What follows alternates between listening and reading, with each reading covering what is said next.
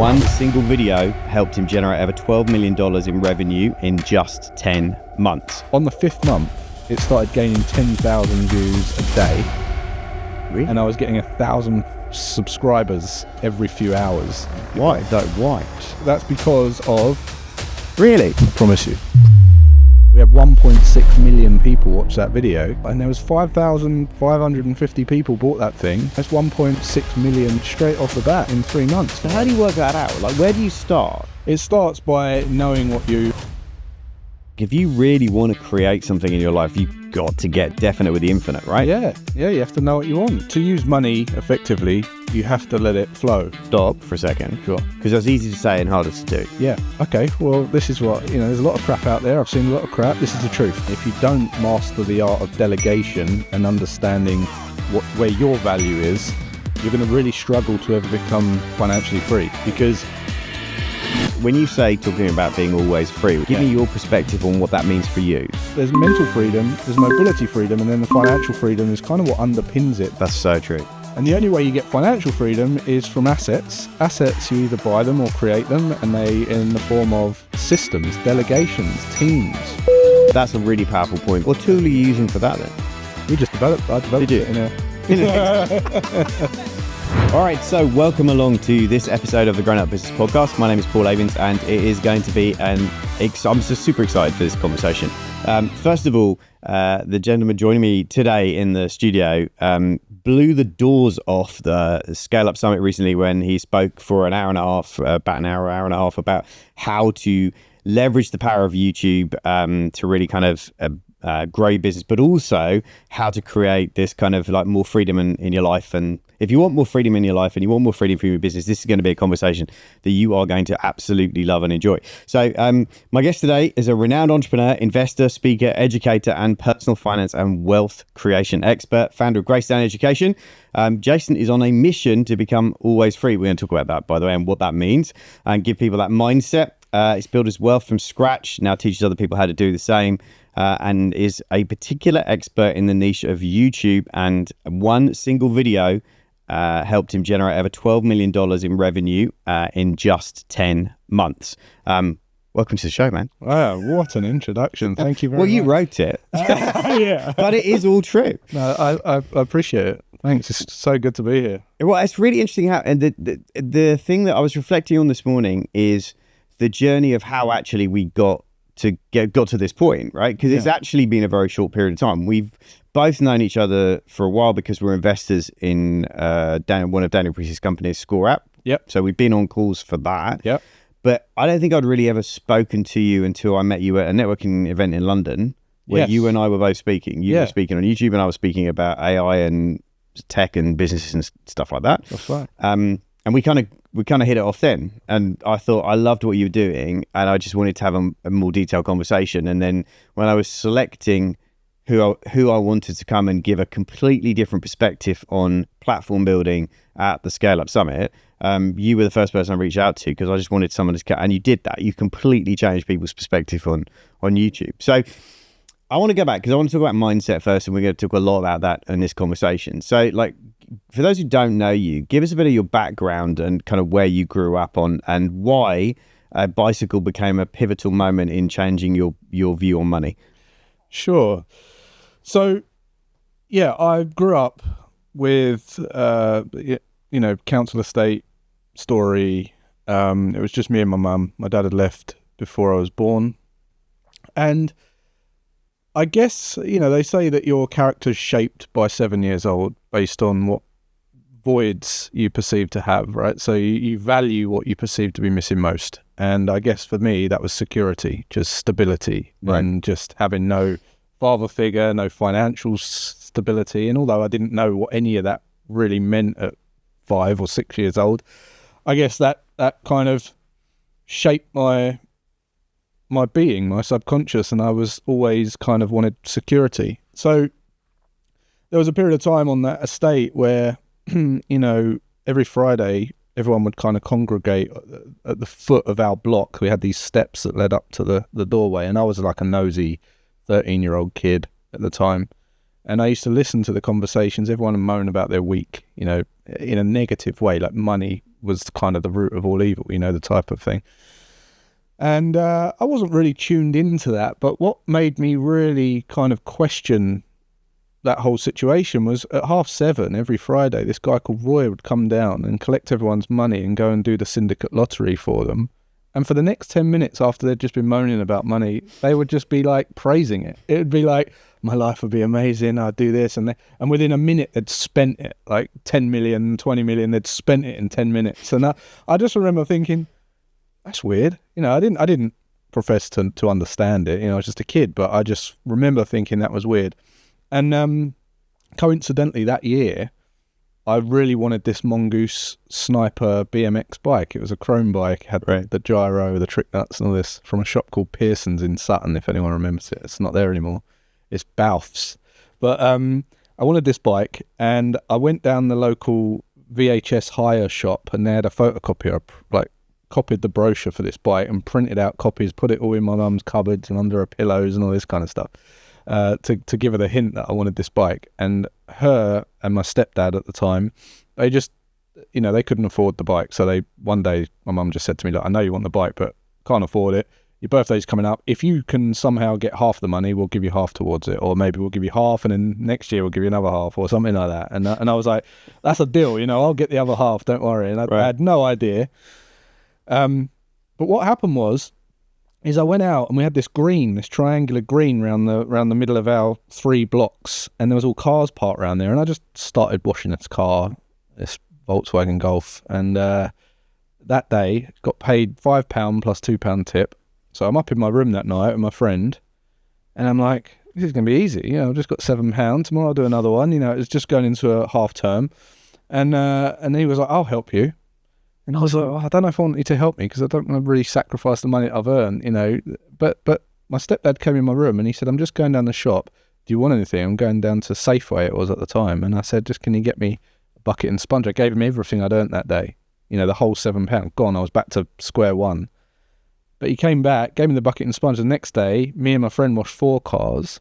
And then within 4 weeks, I had 4 friends and we was all washing cars, but I wasn't washing cars. I was just knocking on the door, getting the money. And doing the marketing and doing the sales, right? And I just remember thinking, so it was that event and the whole lottery thing event I felt like I'd discovered fire. It was like, money isn't bad. It's just they must be using it wrong. Because actually, if you use it the right way, it can free you up to do more of the things you enjoy. You can still get what you want. You might not get as much income, but you still get the things you want eventually, and you're doing things that you enjoy. And it was like a perspective that I gained at just coming up to my 14th birthday, that I felt it just inspired. Like, it was like kind of like a goosebump moment. It was like a real, I've discovered something. This is it. So there's 2 things I want to unpack there, because the first thing is, I've seen you on your TED Talk, which is brilliant, by the way. Talk about the fact that actually when we're 7, we enjoy life is brilliant and we've got all the freedom in the world. And then when we become an adult, we think we're going to have more freedom, but we actually end up with less freedom. And then we think money will give us freedom. There's a whole kind of piece around that one to talk about. But you said something I've not heard you really, or I've not heard it the way you just said it, which was you had that moment where you had the money and you had a decision to make about whether you invested in the asset. In this case, the asset being a system, the bucket or the sponge, right? And a team member, yeah? Yeah. Asset and people, right? Two things. And I'd like your perspective on this, because I think that was a very mature decision to have made at that particular point. And even today, you can see entrepreneurs who get into a similar discussion. It might be hiring a salesperson. It might be building out an automated system. It might be putting in a new funnel, whatever. And they've got a choice between invest the money or keep the money.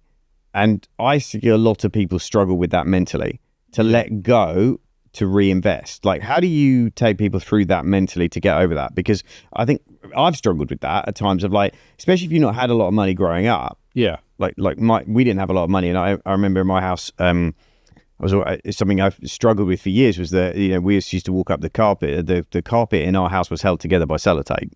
And my dad held it together by sellotape. And that kind of shaped this thing that, money must be hard to get, because we have to literally hold everything together with sellotape. So therefore, when I got some, I would hang on to it. I know that's been something for me. Is that something you experience with clients that you work with, that they find that letting go to grow kind of piece quite hard? Yeah, I think, to use money effectively, you have to let it flow. If you grip hold of it tightly, it can't flow, and therefore it's kind of becomes stagnant. And what that does is it keeps you stuck in one place. And I talk about this all the time, but I think if you don't master the art of delegation and understanding where your value is, you're going to really struggle to ever become financially free or free even, because the whole time you're trying to, I might as well just do it myself kind of mentality. Yep. You're now capped by the amount of hours in the day, and you just really don't have that unfair advantage to get ahead and scale to that next level. You just can't, you really can't do it. So I think it's just being ultra critical about what your time is worth, what you're trying to achieve. You might be happy at £30 an hour, £20 an hour, £10, that might be it. But if you're not quite there, it's then being ultra critical on what that time's worth, and then what tasks you're doing and what those tasks are worth, and then saying, right, okay, what don't I like doing? What do I like doing? What am I good at doing? And then trying to create a priority list of the tasks that are low value to you, you're not good at them, and start trying to prioritize delegating those ones first, because they're going to be the cheapest probably. Yep. And two, it's going to start freeing you up of that time to then focus more on the things that you are good at and you do love doing. And just as a means of doing that, you will feel freer in your mind. Even if you haven't brought the money in yet, you'll just feel freer. It's like when COVID happened, right? Everyone's locked inside their houses, but everyone felt freer. It was like... Yeah, you said that, I think, about the fact that there was data that people would take a pay cut for more work-life balance. Flexibility. For more flexibility and more freedom, which I think is really kind of an interesting... I've seen that. I've had clients where we've offered people 2 or 3 extra days off a year or a pay rise, and they've taken the 2 or 3 days extra a year. And it's always kind of really shocked or surprised the clients I've worked with, and the CEOs have gone, that I wasn't expecting that. And I'm like, because people crave time actually, and they don't feel they have any of it. That's all we're doing it for. We're doing anything to have time to choose, right? So what's another bit of money? Can we spend it? Well, no, you're stuck at work. Yeah. So you're always time's the objective all the time. That's the only objective, to have the time to choose to spend how you walk on this rock. Yeah. And you've got finite time to do that. You want to enjoy, you want to create the best life possible for the most amount of time that you've got on that rock. So that's what I think you talk about it being a progress bar, right? I've seen you talk, which I always think is like if you think you're going to live to be, which is, I found an interesting piece of data out this week that surprised me, is that entrepreneurs actually live longer than people who have jobs. Right. They actually have a longer life expectancy, and I thought it was the other way around. I thought it was less, but if you look at the research, it's actually more, by about 5 years. And the reason is because they genuinely have a higher level of resilience. Yep. Because they've had to. So they kind of overcome a lot more stuff, and they keep going, and they've normally got a bigger vision or a bigger reason why. Yeah. But I still think that, have you ever seen that exercise where you kind of take something and you say, well, okay, you're born here, it's 80, you're 80 years old, that's how you got 80 years, draw a line where you are, and that's how long you've got left. Then a third of that is sleep, and then you kind of work out how much time you've actually, you sort of, oh my goodness, so like, while we're talking about time, how do you coach people? Because I would imagine when people talk to you about whether it's creating, YouTube assets or learning how to trade, which obviously you cracked that by what time you were 30, you'd kind of 29, mastered that. Yeah. What was that journey like, first of all? Were you always an analyst, or was that just something you fell into? Yeah, so I was a smart aleck at school. I was a class clown, and because I was a bit of a chubby kid, and I had a lack of security, I didn't have the confidence to really fit in at school, so I made up for it by being witty and the class joker. But there was one time where my English teacher, Mr. Shillito, if you're listening, he called out some names and said, stand up, following this SAT test that we did. And I stood up cocky, because I thought, I've done well. He's going to tell me that we've done well. And he said, you guys standing up, you need to be ashamed, because you've if you think Wow. that you're going to do well after school. You got another thing coming. It wasn't what he was saying. It was more like everyone looking at me. I just felt that I just wanted the floor to swallow me up. So from that day, I started going into the library at lunchtime to learn more, and start revising. But what I found in the library was Microsoft Excel, which had just come out. Okay. Yeah, we were just on the brink of when, Microsoft packages came in, and Excel, and we started building this Premier Manager type thing where you put numbers in, and I started becoming fascinated with projections, numbers, and building charts and graphs and all the formulas, and I really leaned into Excel. So soon as I left school, Microsoft Money came out, and it was basically a flowered up version of Excel, and I just loved it. I was like, wow, if I earn this much in my job, I can then project forward. If I save this much and increase my savings this much every 3 months and get this return, I can basically replace the income that I'm on today in 20 years. And that was fascinating to me. And then I became fascinated with kind of reducing that time down. So I was always analytical, but I also had that kind of subconscious drive to achieve financial stability or security. So those two things combined moved me into just solving this puzzle of the investment world, of going from index funds to real estate investment trusts to ETFs and large cap stocks and options trading, online poker, to everything. Honestly, I've tried everything. Property, I've done a lot. And with their lens of trying to reduce the time to freedom? Is that the lens that's been to around replace all my that? income? Yeah. Right. When I was 29, I got to a position where I just matched my income from investment yields and returns on swing trades and things like that. So everything I was doing to manage money via assets, whether that be a skill in trading or investments, just matched what I needed to live on. Right. And so it wasn't like millions and millions. It wasn't really a lot of money, but it was enough for me to free up my mind, not have to work. And then that's the magic, right? The magic is when you have all that free time, you decide what you want to do. And then you kind of had this, you have the calmness and the thinking power to go, what do I really want to create now? And that's when you earn even more money, because it's like you're doing something that you enjoy. You're serving people from a place of love and care. You don't need the money. And just what I found following that was just incredible. How much we've been able to scale and reach people and make. I think there's a very different energy though, isn't there? There's a very different energy if you are creating from, I need to create a product to sell because I've got to live. Desperation, scarcity. Versus, we should definitely unpack that in a second, but also against that whole kind of, I'm creating out of a passion to just create because I want to create value in the world.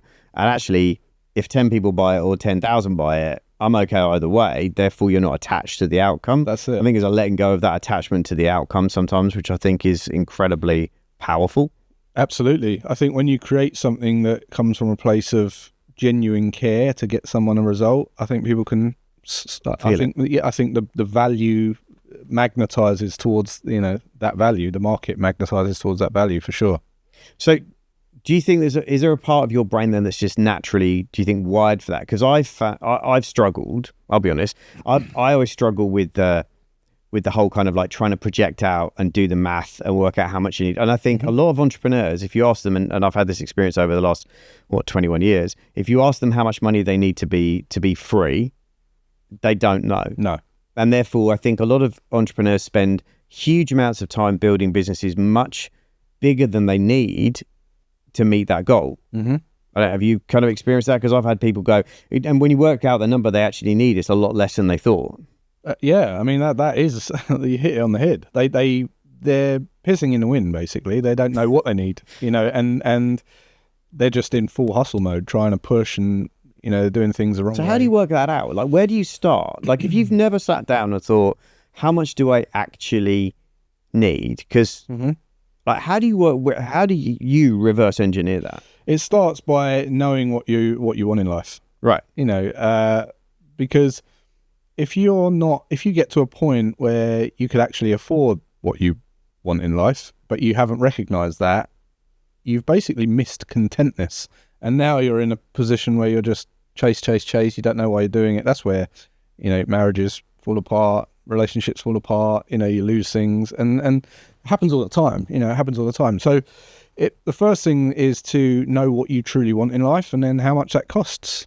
But I think that's an interesting thing, isn't it? So I've somebody I'd know, and he's coming on the show later this year, a gentleman by the name of Dominic, who's in the financial services industry, and he always says that you need a plan of what your ideal life will look like, and you actually do need to work it out. He said, because if you're gonna buy a new car every 3 years, you need to factor that into the financial forecast. If you're going to go on, he said there's a big difference between needing enough money to take a £150,000 holiday a year versus if you just need a 10 grand holiday a year. And I remember when he said that, and me going, my brain at that point when he said that was like, people are spending 150 grand a year on holidays. I was like, my brain, that just blew, like, he's like, yeah, that's kind of like some people are. And I was like, okay, that's a head like melter. But he said you need to work out what you want, how much money you actually need to live the life that you want. Yeah, I tell you why it's more difficult than it needs to be is because people don't know who they are. And if you was to ask a list, if I was to ask someone to list their ideal life and what they want in life, a lot of the list would be BS. It would be stuff that they think that they want because of societal pressure or societal Instagram, idealism, or putting people on pedestals. Right. It's like, I want the Lambo, I want the thing. Well, do you? Because I tell you what, I've had all the fast cars and all that, and I don't have a car anymore because I just don't want cars. I don't like driving, right? And I think just knowing yourself, and knowing, like, being true to yourself and knowing who you are, what you love, what you value, and not looking up to anyone else. That's the first step to understanding what kind of life you're trying to create. That's the first step to being always free, right? It's if you're trying to live someone else's life, you are, imitation suicide, they say. You're always a slave to that other person.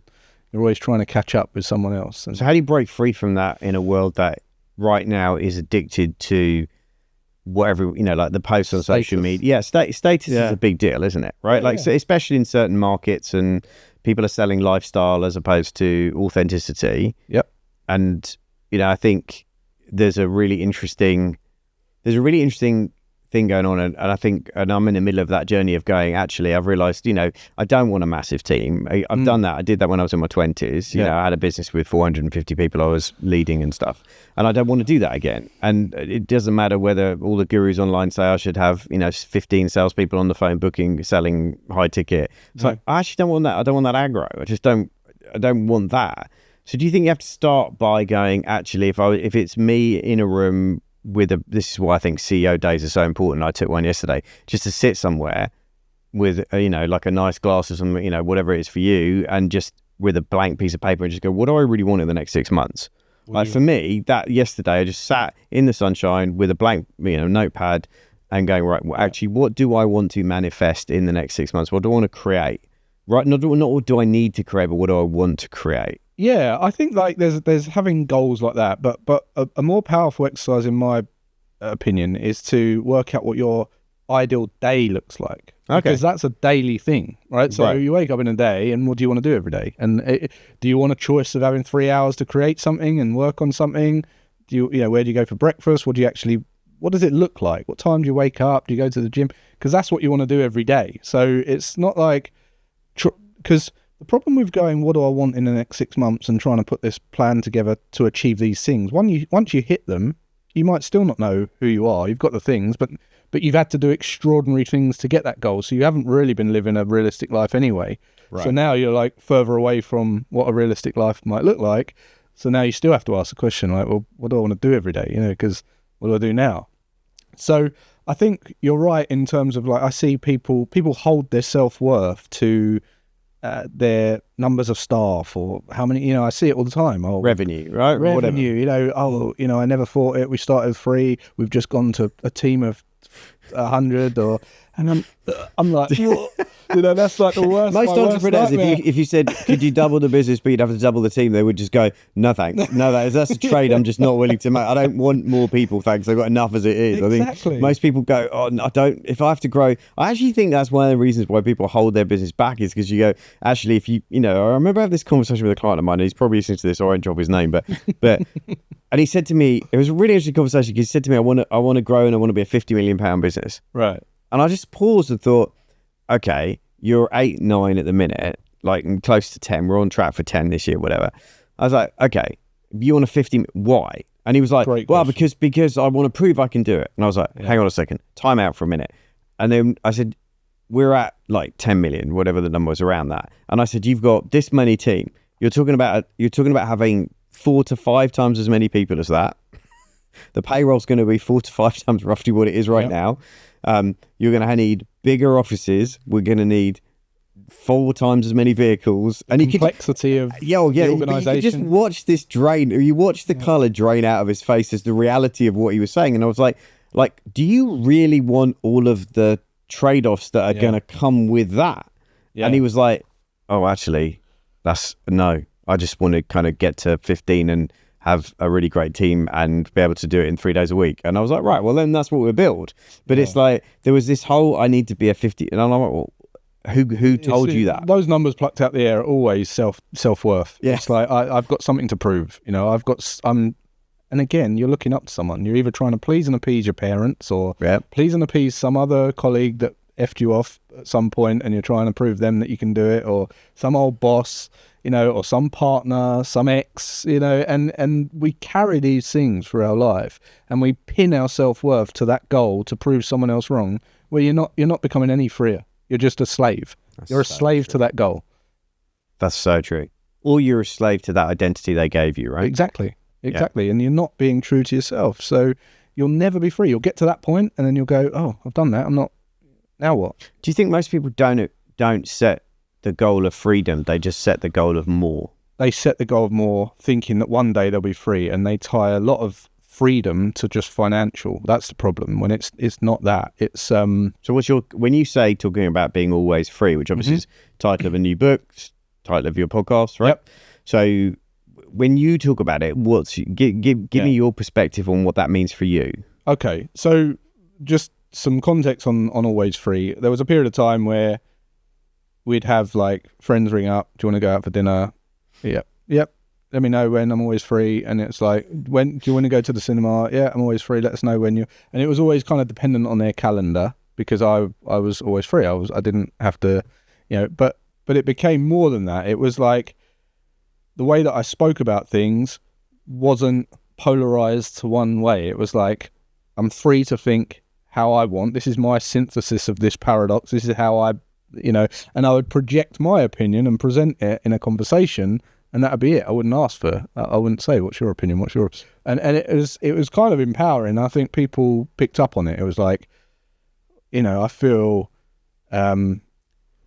people used to say to me, oh, I feel motivated when I spoke to you. And I didn't know why, but I realized that it's because I'm seeing things for what they are. And I think because of the position I was in, I could think clearer, I could see clearer, and I was able to just analyze situations from a place of neutral positioning, poised positioning. And I think a lot of people struggle with that because they've got hectic lives. So this always free term became like, oh, there's something in this, you know, what is it?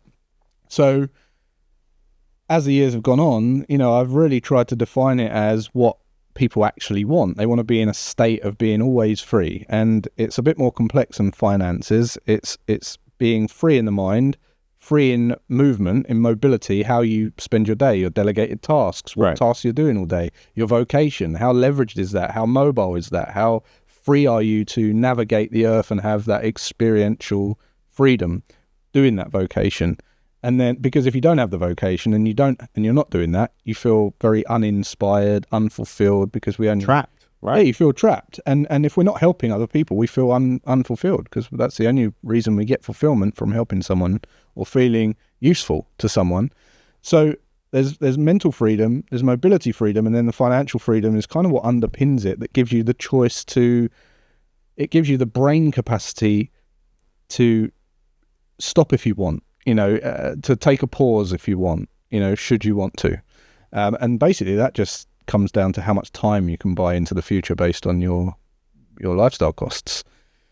And the only way you get financial freedom is from assets. Assets, you either buy them or create them, and they in the form of systems, delegations, teams, automation, softwares. Those are assets that can still generate your IP, income. intellectual property, is a big asset that I think.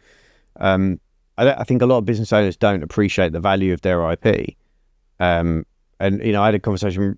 I've sold IP, I've sold products, I've sold digital IP. But I was talking to somebody the other day, and they were telling me about a business that they had, and I won't say where in the country it is, but and they were like, "Do you think could we franchise it? Could we, open up more of these around the country?" And I was like, "Well, yeah, because it's IP. It's basically you've got a proven model in this geographical location. If you took it and sold 25 of those, you're talking about a £2 to £3 million asset creation out of thin air. Yeah, literally out of thin air, because you could sell the territories. You could sell London for £500,000 as a territory." Yep. And somebody will give you a check for £500,000 for a piece of IP, which is the rights to run your business model in London and make money with it. And it's literally a license that you don't do anything for. But you have to kind of get your head around the fact that I still think there is that industrial age, certainly in older. You mean older? I'm like in my 50s, right? But we tend to attach. It stopped me investing in property for years because I thought I didn't have enough money to buy property because I thought it was a physical thing. Yeah. Right. That belief totally caused me to miss some big opportunities. Yeah. Rather than going, actually, assets can be invisible as well as visible, right? Mm-hmm. Even more so nowadays. It's intangible assets in businesses make up for the majority of the business. Yeah. I mean, look at Uber. Yep. They don't own a car. No. Right. No. Airbnb don't own any of the property. No. Yeah, exactly. Facebook. I mean, what is it? It's just ads, right? They make their money from ads. That's it. So, so going back to the freedom, if you don't know which yourself, one first though, because the three is this the icon that you've got that people started having tattooed on themselves? Yeah, the pyramid kind of thing. The tiers of freedom, I call it, and it's mental freedom underpins everything, because if you don't know who you are and you can't build a life based on who you truly are and what you truly want, and you're carrying along memory baggage, you've labeled past experiences as negative, and that's holding you back, and you've got fears of the future because of all that, you're never going to unlock your true potential, right? So it doesn't matter what you do in the world, how you do it, or how much money you earn, you'll never be free, because someone will always be dictating to you how you spend that money, how you live your life. Exactly what you just said with a guy with 50 million goals. Someone else is telling him that. Someone else is that voice in his head. So knowing who you truly are, knowing what you want, dissolving any memory baggage that you've got in terms of past negative experiences and seeing them for what they were, seeing the lessons in them so you can move on and they don't hold you back. So stop for a second. Sure. Because that's easy to say and harder to do. Yeah. So first of all, you have to recognize that you've even got the baggage. Yep. That's the first hard thing to do, right? That you're running a pattern. Yeah. The best example I can give, right? Let's just say that there's someone out there who's got a bit of let's just say you come home one day and you find your partner cheating in your bed, right? Okay, that went where I wasn't expecting at all. This will be what I'm sure there's plenty of people that will relate to this. But you see it, and at that moment in time, you think that's the worst thing that's ever happened to you. You're the victim, right? And this is the worst thing. Right? After that event, you start to you lock yourself away. You've got a fear of getting into another relationship. You've got a fear of talking to people, fear of men or women or whoever it was. And then you start going out again, right? And you start dating and all this kind of stuff. At the time, you thought it was the worst thing in the world. If I saw you 20 years later and I said, was that the worst thing that happened? You'd probably say it was the best thing that ever happened, because I had, I wouldn't have met this person. I wouldn't have had these kids. I wouldn't have traveled here and had this life. It was the best thing that happened. Yeah. But for some reason, you couldn't see it in that split second. Because your amygdala is being hijacked. Yeah. Usually your amygdala in the brain is being hijacked. So you go fight or flight. You've got an overwhelming amount of dopamine dumped into the system, which now they're talking about that actually forms long-term memory. That's like an excessive amount of dopamine creates rapid emotional links between long-term memory and emotional triggers. But I also think... So I think a lot of us run patterns because we don't understand the neuroscience, interesting in terms of how our brain's actually wired to protect us, right? Because if you have an experience, I'll use a slightly different version for business for a moment. Like if you have a business failure, that can become a really traumatic. It's the same thing. It's trauma, right? Like call it trauma, whatever sort of shape we label it. Yeah. Physical, emotional, relationship, business is trauma. And I think in business, if you have a traumatic experience, like I remember a client of mine once, his competition headhunted 5 of his top 7 managers away in one day, and 5 of them will resign. Now, that is a massively traumatic experience, and it's going to shape how you behave if you let it for the next 5 years, 6 years, 10 years of your life, because you're never going to trust anybody again. If you choose to believe that's the story. You're going to have a complex in yourself, maybe. Forever, you're right? Not good enough. It's an inefficiency. Like with the story that I just gave you, 20 years, it's taken you too long. Like that's a complete inefficiency to spend that long dissolving that problem and seeing it for what it was. So how do you dissolve it though? You dissolve it by seeing the good in it as quickly as possible. So deliberately asking yourself questions about what is the positives that came out of this, right? What are the positives to this happening?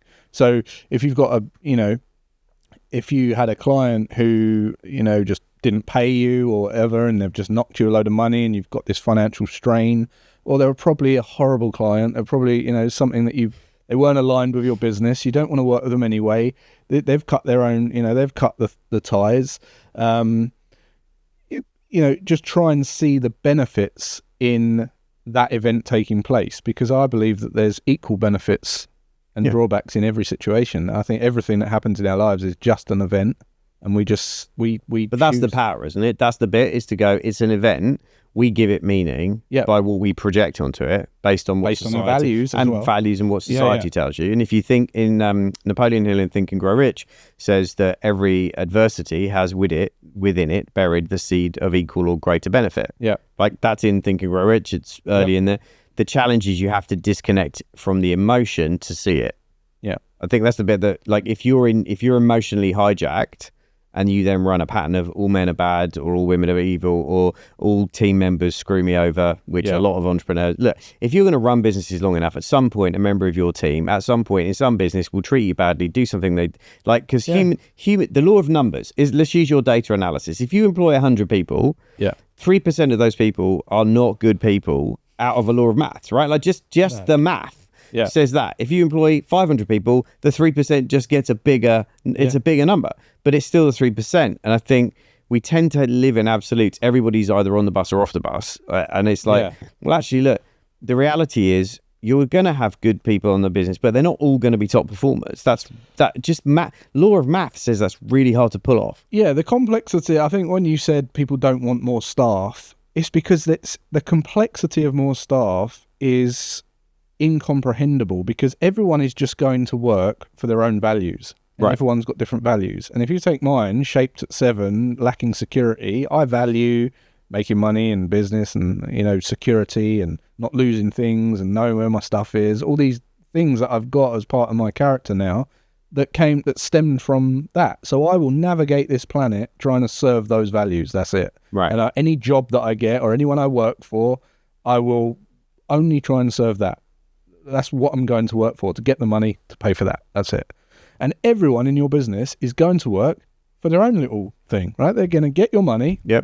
And they want to pay for whatever serves them most. That's it. And when you see that, you see how complex that is, because now you're expecting everyone to kind of pull together to serve you, and they're running their own. Why aren't you really interested in me becoming financially? Why don't you want the business to be mega profitable so I can sell it for millions? Why don't you want that? Well, because I don't want you to, I'm not worried about that. I'm thinking about my job. I want to go to the mountains in the weekend and not think about work. I want to buy a new bike for my kid. Right? That's where I'm at.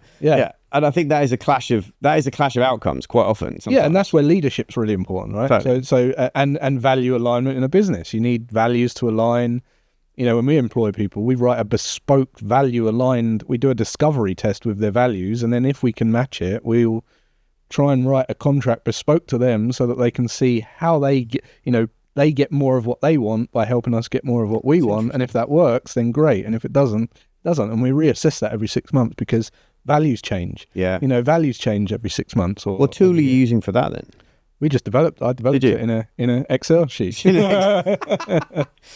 That's really interesting. So when do you bring up values in the interviewing process? Like, do you talk about that early on? First of all, our business is very lean. We practice what we preach. We're a team of 3 people. And they do what they want, when they want, from wherever they want. And as long as the tasks and the roles and responsibilities are fulfilled, we don't care. There's no one watching you. There's no one. And I won't be growing it much beyond that either.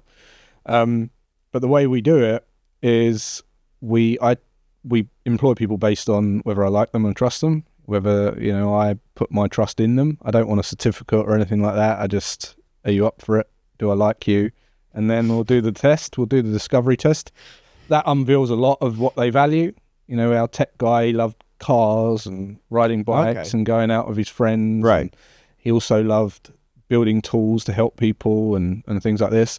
So we wrote a contract showing him how he could have it all, basically. And that worked for a long time. He worked for us for 4 years, and then his values changed and we couldn't match those values anymore. So he went on, but everyone's happy, and it's a great way to... That's a really good I hadn't thought about it as a sense. So sometimes people leave you because their values change, so their values just aren't aligned with the role.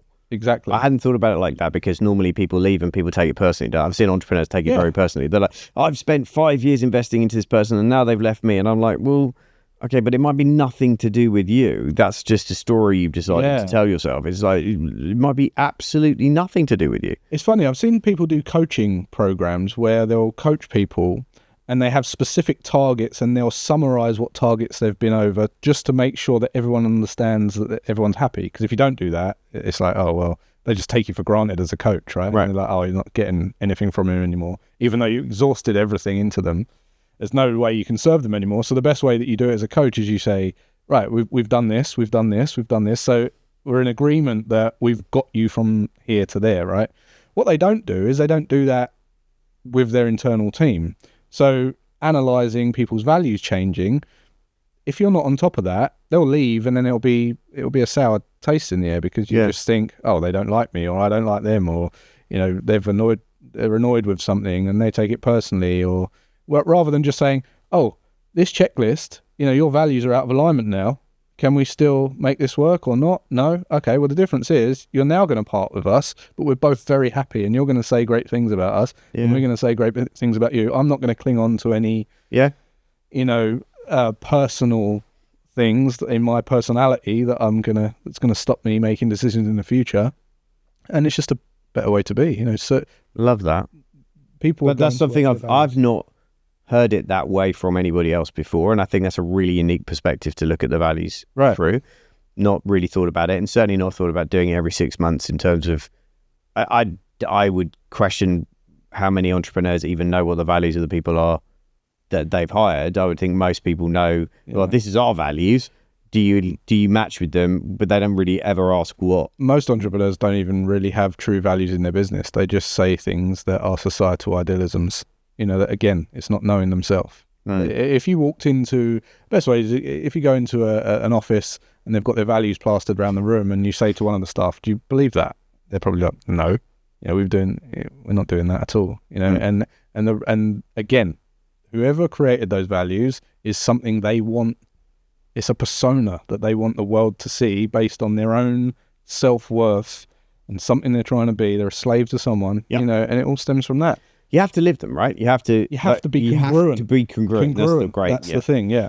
We have one of our values is we put people before profit, and what that means is that we won't sell coaching programs or retreats or events or things to people who we feel it's not the right time for them where they are on their journey, right? Well, look, and I remember recently we've just had a conversation with somebody, and they were saying to me, look, I've had to go into debt to buy this. I'm really stressing about it. I went, look, I would rather give you your money back, because that's the wrong energy, first of all, to bring to anything you're doing with us. Secondly, I can serve you with a different product that is easier to access, that still frees up working capital, that means you can invest in growing the business and then come on the event next year. Like, I don't need the money that badly. No. And it's the right thing for you. And I said, actually, where the business is at right now, for you to pay, let's just say £1,000 a month in coaching is going to really hurt that business, because it's going to take all the liquidity out. And you're not going to have any money to spend. And he said, I've had 2 coaches who've been constantly telling me recently that I should be investing in myself and investing in the business and going into debt and do it. And I'm like, that's really bad advice. Bad advice, because I'm going, what's going to serve the business for the next 5 years? And the best thing is to leave liquidity in it so that you can invest in marketing, sales, team, automation, not pay a coach. Because, a couple $100,000, that business doesn't need tons of coaching, because let's be honest, it's not a big enough business to have that. However, being in a community, and that you can get access to that for like $250 a month, right? So suddenly you go for $250 a month, you can get access to loads of great people, great training, and that will get you to 500. You don't need to spend $1,000 a month. And they were like, oh, and it was like, I took this pressure off them, and I was like, look, I could sell you a retreat, no problem at all, but it won't serve you, and you're going to be annoyed afterwards. You'll be worse off. And you'll be worse off, and I don't feel like that's helping you go on the journey. Which kind of leads me into something that you've said a couple of times, but I've never got a chance to ask you about this. Like, what was the YouTube video that changed your perspective on money? The YouTube video changed my perspective on money that I watched. Yeah. Yeah. So in the 80s, there was a guy called Stuart Wilde. Right. I'd never heard of him. It's just a legend. He died only like recently, a few years ago.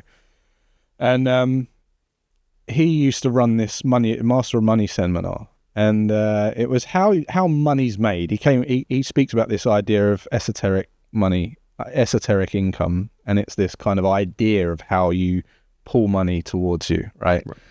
And which is esoteric. It's like, well, that's a bit woo-woo, but it's when he comes out on stage and he says, I'm going to be talking about money, and not in a way where you're hustle and clawing and competing and banging your head against the wall and fighting the competition, but in a way where you feel it all coming together and coming to you naturally as an outpouring of the love and the creativity that you put out in the world. And when you do that, you'll get people who lower themselves in through the ceiling and climb under the doors, climb the wall to get to you, and they'll want to get closer to you. And when they do that, you just have to have a way to build these people, an organized way to build these people. And my hairs like stood on end when I watched it, because something was really inspiring about that. Had you been spiritual before that? No, I mean, I've practiced all my life seeing the good in the bad and the bad in the good. And I think that is maybe due to investing, right? Losses, and maybe trading and things like that. But a lot of my life, I've tried to just see the good in the bad and the bad in the good. I think that's one of the best habits you can get into, is practicing that, because you become very calm, very poised, and you get a head on your shoulders that you can lead with or direct with. I've got kids, so I want them to be able to ask, Dad, what do we do in this situation? And I want to be able to just go this. That's really the kind of that yin and the yang. The circle with the half black, half white. But the bit that everyone always misses about that is on the black side of it, there's a white dot, and on the white side there's a black dot, which is exactly that, isn't it? There's still good in the bad. You just have to find it, and there's bad, and even good, there's still sometimes challenges, right? You can be making a lot of money and then suddenly not see your kids because you're traveling all the time. So nothing is pure white, pure black. Never. So practicing it often is crucial, in my opinion. But so watch this video, and just something stood out to me, and I remember thinking, this is how I want to make money. And at the time, I wasn't doing that. I was working, running another little business, and trying to hustle and claw. And I didn't really pay much attention to it until later on. Once I was in a position where I could choose what I did, that was then like, now I'm going to apply this. Now I'm going to see if this works, because it feels like it should. So I sat down and I just started sharing, asking for nothing in return. And did that feel, when you were doing that, was there a part of your subconscious that was still going, oh, this feels a bit like odd to give away? I mean, it was a yin and yang moment where I'd sat at home making loads of money, and I felt unethical. I felt like I wasn't providing anything to the world. I was almost lacking purpose and fulfillment myself. Okay. So I was actually trying to overcompensate by going, let's give, let's give some stuff, let's get some friends, because, and it was more to that. It was like, please like me, it was that. And it was where I'd been in my house for so long. There was about an 18-month period where I just didn't go out, I didn't see anyone. I was just like getting fat. I became a great guitarist, but other than that, I was just, my wife's extended family was starting to kind of question what I was doing, whether I was dealing drugs or something, because it was really abnormal for someone at 29 to be sat at home doing nothing, right? So I start sharing. I'm like, right, okay, well, this is what, there's a lot of crap out there. I've seen a lot of crap. This is the truth. Come and watch it. Here's it all. It is for free. So I started sharing everything that I knew, everything that I'd learned, trying to empty my brain as much as possible. And what happened was this community just came out of nowhere. you know, and all of a sudden I'm knowing these people on first name basis, and they're recommending me to people, you know, and it's like, wow, I've never seen this before, and all I've done is share. And then people are like, well, you know, we want more. Can you coach? Do you do this? Do you do that? So I'm kind of developing these kind of educational modules for people so that I'm not tailoring one-to-one lessons, because that would then just eat up all my time. So I'm like, well, okay. Well, that's not freedom, right? Exactly. So I'm like, well, how can I do this in a way that is aligned with my ideal life still? And you know, it's like creating these leveraged lean systems that can serve many. And that's what I did, and we just kept doing that, and it just grew and grew and grew until one day I just said, like, how many videos did you put out up to that point?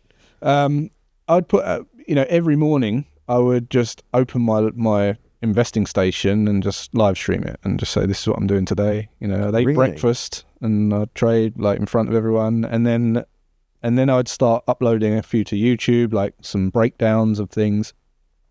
I was doing a newsletter and all this stuff, so it was all free. Then I read the newsletter to a podcast platform and done a podcast, not asking for a penny at this point. And then, so hang on a second, I didn't have a business. You took the newsletter and you read it as a podcast. Yeah. That's just Someone genius. wrote to me one day and said, I love your newsletter, but I'm dyslexic. Is there any chance? Yeah, like likewise, right? Version? And I was like, ding, you know, I was just like, let's just read this to a thing. So if you read, when was that? When was that? Like, how long ago was that? That was 2018. Okay, right. So quite early in the podcast world, really. Yeah, it was relatively. Although I remember, like, I used to listen to Ricky Gervais back in like 2005 or something, 2004. So he was like the OG. But yeah, it was early in the kind of entrepreneurial space, I guess, self-help. He's just like comical. But yeah, 2015 I started sharing stuff online. 2016 is when I started uploading YouTube videos, and then, you know, I just did the newsletter and the podcast. And then one day, you know, I sat down and said, how can I create a video where no one will need me at the end of it, and like they will have no questions? It was almost like a challenge to myself. It was like, how can I teach something end to end where they can go away and apply it and never even comment, like get no comments on this video? How could I do that? I sat down and mapped it all out. We spent about 2.5 weeks filming this video. It was 2.5 hours long. And we had, basically in the back end of that video, there was like, if you do need more at the end, it was like, okay, you now know everything you need to know. If you do want a little extra, there's a 30-day challenge after this, and you can come and get a video a day for 30 days just to give you that confidence, because it's all about hand-holding and implementation. It's, you know, and we launched this video it didn't do anything, right? For about 5 months, it went to about 10,000 views, it was good, but not what I thought it would do. But on the 5th month, it started gaining 10,000 views a day. Really? And I was getting 1,000 subscribers like every few hours on that day. I was sat in Dubai. Why? Because what YouTube had seen is, if you think about YouTube as something that works for you, they want someone to type into YouTube whatever the problem is, and they want to have the best success rate at linking the best. Yeah, because it's a creator. Because it's a search engine. It's a search engine like Google. I think quite often business owners as well miss that. They think it, that, you know, Mr. Beasts and, you know, even to some extent sort of Diary of a CEO, right? Like we were talking about that off camera before. It's like, but you tend to think, oh, they're all content creators, therefore YouTube's not really relevant to me. Yeah. And I think we can forget that this is one of the things you did brilliantly with your talk at Scale Up Summit, was getting people to realize it's a search engine platform. Yeah. And you can put yourself in front of people who are already problem aware. Yep. And are looking for solutions. That's it. And they haven't got short attention spans. They want to watch a long video. They want an end-to-end solution. And YouTube's goal is to connect them with the right creator. And all YouTube want to do is build confidence in you so that they can earn money from their stakeholders, their clients, spending ad revenue. You know, so what tells them that? Well, I'll tell you what tells them that. You being an influential person who's not only delivering what you say you deliver, and you're not trying to clickbait anyone, you're actually saying this is what you're going to get at the end of this, and actually giving it. 2, having the influence to be able to get people to use features like it, download it, save it, click this link in the description, go and download. Because that's engagement, yes. It's engagement, right. but they're seeing it as this guy is influential, right? The people are doing what he wants. People are doing what he's telling them to do. Okay, all right. So if he's got that level of influence, I've got confidence to spend my ad money, because if people are really enjoying his video, then we should boost that video, because if we boost that video, then we can spend ad money on it and people will see the ads more. So it's, to me, it's like, it's kind of obvious, but I guess when that video took off, there was a 3-month period after that 5 months when it triggered where, you know, we had 1.6 million people watch that video and 0.04% bought the thing at the end. And that just told me, look, no matter how much you give these people, they want more. They want more. And there was 5,550 people bought that thing. You know, it's 1.6 million straight off the bat in 3 months. And you think, some people don't earn this in their entire life. That's it. I think it's one for 4 or something. So I think it's a really interesting point here. 1.2, I think it's about 1.2 million is the average. If you take the average salary, what you earn over the entire period of your life, it's about 1.2 million. Yeah. And there's a great speaker in America called Myron Goldman who talks about the fact, he said it isn't that you haven't got enough money, it's that you're not making enough money fast enough. Right. And the thing that was always struck me is that he talks, you know, and I've shared this with clients as well. I said, wealth is condensed time. That's really what you're trying to do. Yeah. So like, if you can make $1 million, but it might take most people in a job, it'll take them 45 years, right?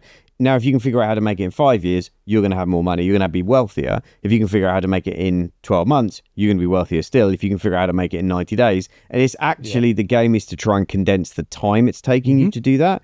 And then, you know, billionaires have just figured out how to make it in a minute. Or, you know, like that's all they've done is take the same money, but figure out how to condense the time down. That's it. Which is just a really, when you think about it like that, it's like, I'm not trying to make more money. I'm just trying to shorten the time frame it takes to create. That's how my journey started, right? I developed a spreadsheet that said 20 years I can replace my income. Right. And then I was like, how can I reduce that down? Okay. You know, and that was it. And it was like, okay, well, if I tweak increase my savings every 3 montle by 10%. So what are the 3 buckets you talk about that are really important to have? If you want to create that freedom, where does somebody start? Let's give them some practical stuff. So you just mentioned not spending money on your retreat, right?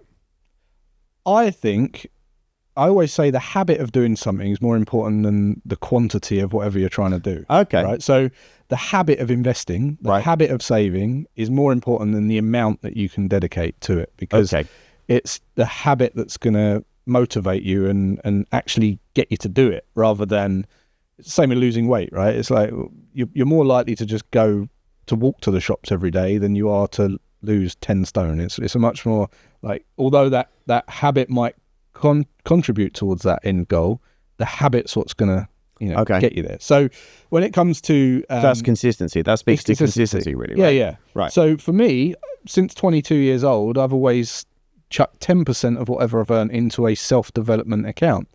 And that is a habit of putting 10% of my income into a self-development account. Yeah. And then I've got this pot of money. I might not be able to afford the retreat at that point, but I might. But I have to spend that money on my development of my brain, development of my business, development assets, whatever. And you can do that in business as well. Take 10% of your revenue. This is R&D. You know, but this is really, just giving a massive kind of light bulb aha moment for me, because I remember being in a room. It was an Amway conference back when I was 20. Right. I was 20, went to an Amway conference. And I remember when the speaker's on stage saying he takes 10% of everything he earns and invests it back in himself. Mm-hmm. And I've done that for the last 30 years of my career, right? I've done that. And at times 10% has been a book, because that was all I could afford. And at times it's been a £50,000 mastermind or whatever. Exactly the same. Yep. And I've not, until you just said it that way, I've never linked that with this taking 10% to invest in other assets. Right. Because I've invested in my education. Like, I'm a big believer in education, right? I think it's the single best thing you should do. You are the best investment you will ever make. Yeah. So why would you not want to make your product more valuable by getting knowledge and education and becoming a better version of you, because it's more valuable in the marketplace? That's the contributing factor to narrowing that time down to how quickly you earn money, right? I'd just not really thought about it when you talk about taking 10% and investing it in assets. Yeah, right. I get it in knowledge, which is an asset. Yeah. but I'd not really applied the same discipline because I just never really made that connection. I see. Yeah. So I recommend most people, there's complex bucket strategies out there, like the whole, the 5 bucket formula from, I can't remember the guy's name, Profit First, I think. Oh yeah, Profit First. Yeah. That's good. But to be fair, never pronounce his name. Profit First is really good from a business standpoint. Yeah. Like we do that in our companies. We move the VAT money into a different account. Yep. We move the tax for the end of the year into the account. So you never end up in a situation where you go, I haven't got enough money to pay the VAT. And that never happens because we take that and then live on what's left. Yeah. Now, obviously, the distinction in that is that you should also take the profit out of the business and then live on what's left after that. Yeah. Which is the profit first. Yeah, exactly. Right? But again, most people don't. That's the bit most people miss. That's great for business. And I think, if you're really into this, you can do that personally as well. You have the 5 sub accounts and you can do exactly the same thing where you're putting R&D, you're going into... But people don't think about R&D. It's really interesting because people don't think of R&D as R&D in themselves, right? Like genuinely. Yeah, but look at AI now, right? Yeah. Imagine if you spent 10% of your... So you hate your job, but you spend 10% of your income in developing in AI and learning about AI, right, which then reduces the time that you're in your job because of what you're able to do in your job, right? To the point where you're now building systems in AI, which removes you from your job, and now you can serve people with AI where you're charging you're charging a fortune for minimal output, and now you're in you're part of that disparity that we're going to see with AI, where people are charging a lot of money for nothing. But the people who are not on board with AI are going to be suckered to have to buy it because they don't know what they don't know what they don't know. Yeah, that's the most expensive tax. I can't remember if you said it at Summit or somebody else said it somewhere, but it might have been Andrew. But the most expensive tax you can pay, I think it was Keith Cunningham actually, is the tax of not knowing what you don't know. Exactly. That's that ignorant tax of like just not knowing is the most expensive tax. Yeah, absolutely. And I think. I just think that's an interesting perspective because what was interesting just to kind of close a loop for me, when I had that conversation with a client about coming to retreat, like in one 45-minute call, I showed him how he can make £8,000 a month. Mm-hmm. I said, I don't need 6 coaching calls to teach you that. I can teach you that in one call. So I showed him how to make. So I said, you can come to retreat, but I would come to retreat once you've made £6,000 a month, not go into debt first. Yeah. Because just that's negative energy on money, isn't it? Exactly. Like money has different energy, doesn't it? 100%. I mean, what are you going to create that's better for your clients if you're coming from a place of scarcity and desperation? You're just not going to create something. So I think one of the biggest challenges in the world right now is that there is a massive assumption about scarcity going on everywhere, right? And there's a lot of FOMO, I think, or fear-driven scarcity. Yeah. I mean, the media are pushing it. The Labour government are going, we're going to have to tax people more because the economy is not growing, which makes no sense whatsoever. Like economics does. Yeah. People are spending less money, so let's take even more off them. That's like that makes no sense. But anyway, not having that conversation right now. No. But how does somebody get started? You talked about consistency. So how does somebody get started right now? Mm-hmm. Like if they're and 2 questions. 1, how do they get started? And 2, how do you deal with people who maybe think, oh, it's too late? Because everyone says compounding is the 8th wonder of the world. Yeah. Right. That I've got trapped in my own head because I think, oh, I've left it too late for compounding to work. Because if I was in my 20s and did this, yeah, of course, compounding works. But I'm in my 50s now, it's too late for compounding. Like, can you answer both of those? Yeah. Just for me. Okay. Not for anybody watching or listening, but just for me. Look, I'm not a fan of the whole FOMO thing. There's a lot going on out there, and I think shutting out all that noise is probably the best thing you can do. 100%. And focus 100%. On your life, because we're there for a blip, and just make that work. Yeah. Don't worry about all that. I don't think we're meant to know about as much stuff as we know about, which causes a lot of problems. We were born into little communities that just didn't know about Russia and Ukraine and all these things. Anyway. Right?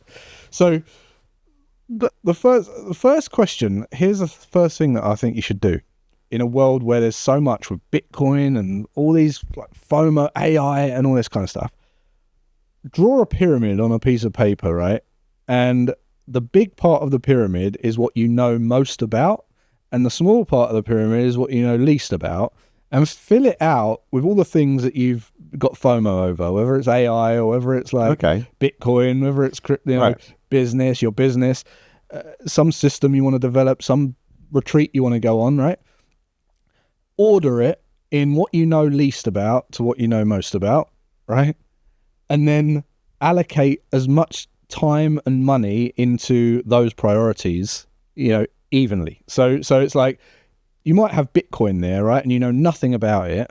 Well, do you want to know about it? Because there's your priority list. Learn. If you know nothing about it, don't put any money into it. Right. If you are going to put time and money into it, then put it proportionally to what you know most about. So I think if you know a lot about your business, go in on that. If you know a lot about a lot about property, put some more into that. But if you know a lot about crypto, go into that. But that's a really powerful point, because I've seen entrepreneurs get seduced into the idea of buying other businesses, and then they buy businesses they know nothing about. Yep. Having spent 30 years in, let's just use construction, right? Yeah. They know construction really well. They know inside out. They know all the tricks, all the traps, all the way to make money, all the ways to get screwed over, right? But then they go and buy a business that is textiles. Yeah. Right? Because they could get a good deal on it, and because some guru somewhere said you should buy other businesses for no money down or whatever, right? Yeah. So you can come and stand and tell us you bought a business. Whatever. Yeah. Great. And then 2 years later, they're in a world of pain because they didn't understand that business. They didn't know anything about it. So now you're going to pay the price of ignorance on that business to learn about it. Yeah. Which is massive stress. Yeah. And I've seen this so many times with people who've been sold on the idea of buying something they don't understand. And I'm like, but either if you're going to do that, buy a supply chain because you understand your supply chain, or buy a business that is like yours, or double down on your own like thing that because you'll understand where all the risks and all the pitfalls are. Yeah. No, totally. I think the financial piece is the important one, because the financial freedom is the choice to stop or slow down if you want to, right? So you're focused on what you know most. You're out there. You're living your vocation, your fulfillment. You're being you. No one wants to sit on a beach with cocktails like for the rest of the days. It's just every one of my clients who has sold, everyone, okay. And this is hilarious. This is hilarious because I can give you the data points, but within 2 years of selling, have started something else. Yeah, because they went, I'm really bored being at home. Yeah, all of my friends are still at school. All my mates were still at a business, right? Still running their businesses. I'm getting really sick of hanging out with my wife at home all the time. We've run out of places to go and holidays to take, and I need some kind of purpose back in my life. So they go back and start another business. Of course, every single one within 2 years has started a business again. Of course, and I've gone.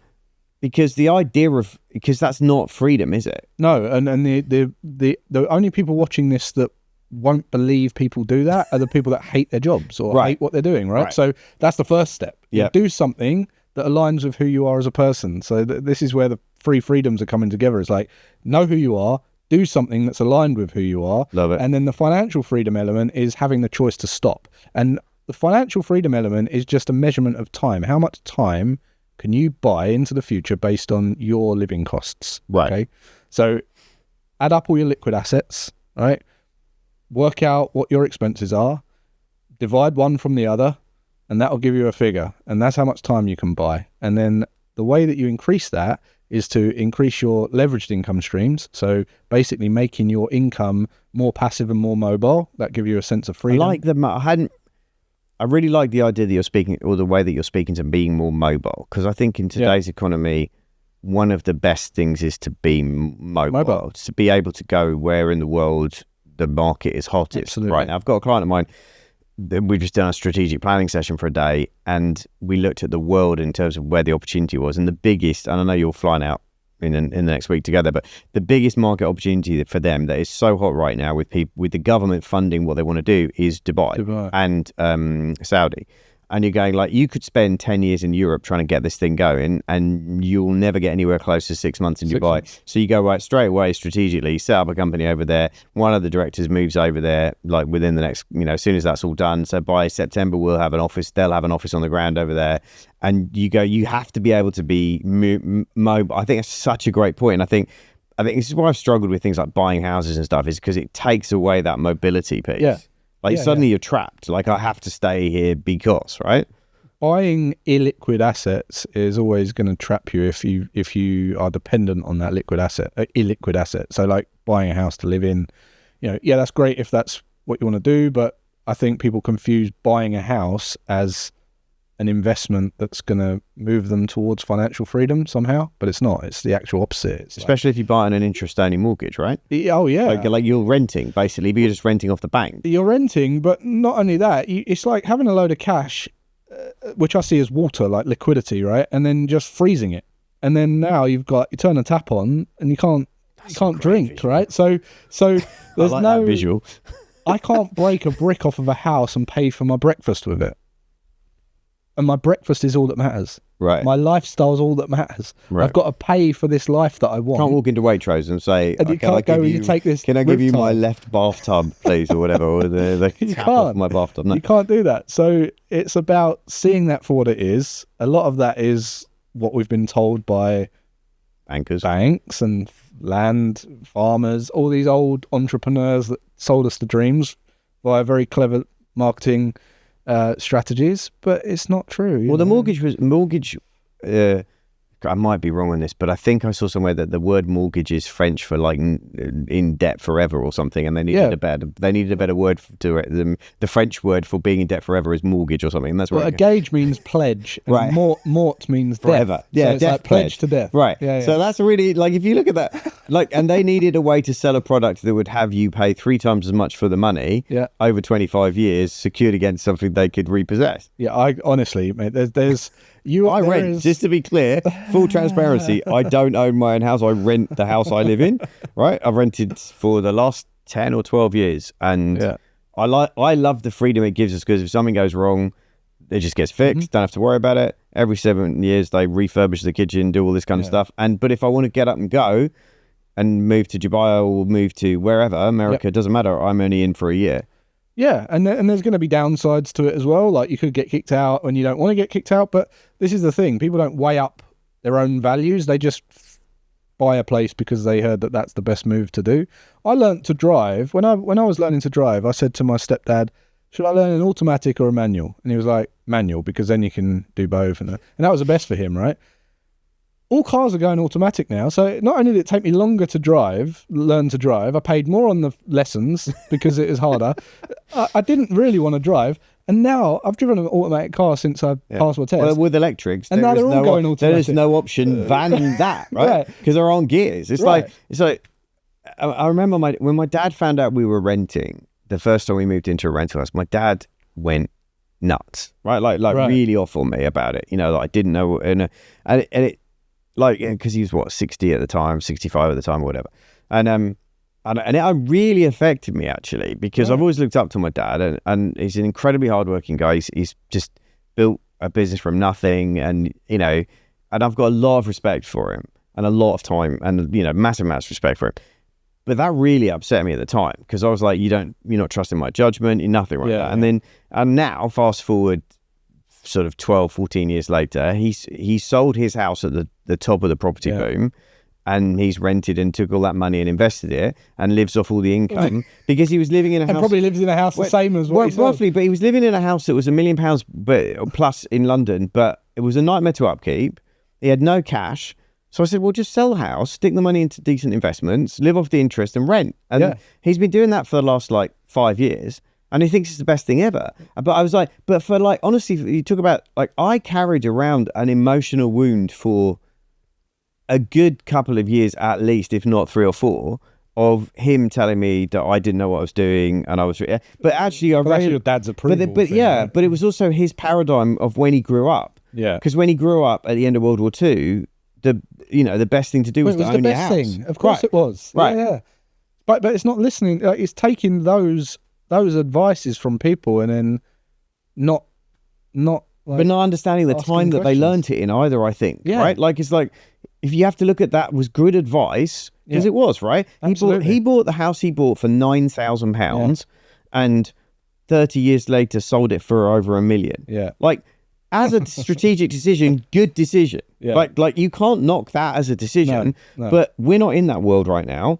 And that's not likely to happen again. You're not going to get that. That was a generational bubble. We're not, in my opinion, we're not going to get that kind of growth. No. in this country. Not in this country. Like not like that again. No. So if you're banking your financial future on that's going to happen again, I think it's risky. I mean, it's not financial advice, but that's, you know, but my dad did well with that.